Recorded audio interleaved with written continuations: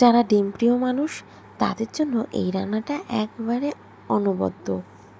নমস্কার বন্ধুরা, আমি সুস্মিতা। বাংলা ক্যানভাস চ্যানেলে সকলকে স্বাগত জানাচ্ছি।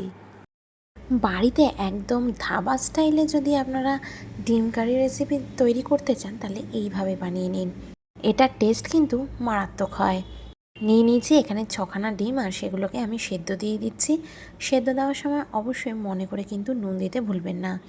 এতে ডিমের খোলাটা কিন্তু খুব তাড়াতাড়ি ছাড়িয়ে নেওয়া যায়। দেখতে পাচ্ছেন কি সুন্দরভাবে ডিমটাও সেদ্ধ হয়ে গেল, আর আমি ছালটাও কিন্তু ছাড়িয়ে নিচ্ছি। 10 থেকে 12 মিনিটের জন্যই কিন্তু আমি বয়েল করেছি, আর টোটালি সেদ্ধ হয়ে গেছে ডিমগুলো। কড়াইতে দিয়ে দিয়েছি পরিমাণ মতো তেল। তেলটা গরম হচ্ছে, আর এদিকে আমি সবগুলো ডিম ছাড়িয়ে নিয়েছি। ভালোই তো সেদ্ধ হয়েছিল, কি জানি কি হলো, চোগলাটা এইভাবে বেরিয়ে এলো, আর পাশ দিয়ে কীরকম একটা পটকা বেরিয়ে এসছে। তো যাই হোক, ডিম তো সেদ্ধ হয়ে গেছে, কিছু করা যাবে না। তাই নুন, হলুদ আর সামান্য শুকনো লঙ্কার গুঁড়ো ভালো করে ডিমের গায়ে লাগিয়ে দিয়েছি। এবার একটা একটা করে ডিমগুলোকে আমি তেলের মধ্যে দিয়ে দিচ্ছি। এবার ডিমগুলোকে ভেজে নিতে হবে একদম লো টু মিডিয়াম ফ্লেমে। আমি ডিমগুলো একটুখানি কমই ভেজে নিচ্ছি, মানে যতটা প্রয়োজন। আপনারা চাইলে আরও বেশি কড়া করে ভাজতে পারেন, কিন্তু বেশি কড়া করে আরও ভাজলে ডিমগুলো যেন কীরকম চামড়ার মতো হয়ে যায়। ডিম ভাজা হয়ে গেছে, একটা প্লেটের মধ্যে তুলে নিয়েছি। এবার সেম তেলে ফোড়নে দিয়ে দিয়েছি কিছুটা পরিমাণে কাঁচা লঙ্কা আর রসুন, সবগুলোই ভালো করে কুচিয়ে নিয়েছি।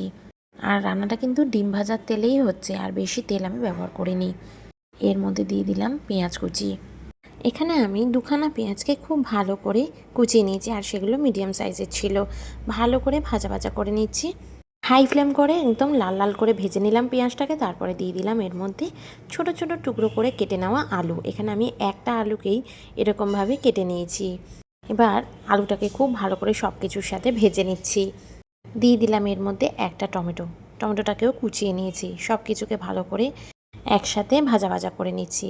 এবার টমেটোটাও নরম হওয়ার ব্যাপার আছে। এবার সামান্য নুন, অল্প শুকনো লঙ্কার গুঁড়ো, হলুদ গুঁড়ো দিয়ে ভালো করে নাড়িয়ে চাড়িয়ে এটাকে ঢাকা দিয়ে এটাকে রান্না হতে দেবো, যাতে টমেটোটাও নরম হয়ে যায়। সামান্য পরিমাণে একটুখানি জল দিয়েছি যাতে মশলা কষানোটা খুব ভালো হয়। আর নুনটা অবশ্যই দেবেন টমেটোটা দেওয়ার পর, তাহলে কি হয়, টমেটোটা খুব ভালো নরম হয়ে যায় তাড়াতাড়ি। দিয়ে দিলাম সামান্য পরিমাণে কাশ্মীরি লঙ্কার গুঁড়ো। সমস্তটাকে এইভাবে আমি একদম কষিয়ে নিচ্ছি। মশলা কষানোর ওপরেই কিন্তু এই রান্নার স্বাদটা নির্ভর করছে। এবার একটু মাঝখানটাকে ফাঁকা করে দিলাম। এবার হচ্ছে এই রান্নার আসল টুইস্ট। দিয়ে দিয়েছি এখানে 2টো ডিম। ডিমটাকে আমি এবার সব কিছুর সাথে মিশিয়ে নেব। ডিমটাকে ভেজে নিতে হবে, এগ স্ক্র্যাম্বল তৈরি করে নেব।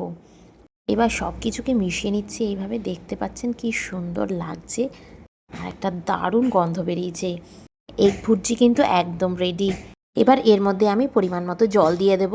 চেষ্টা করবেন উষ্ণ গরম জল দেওয়ার।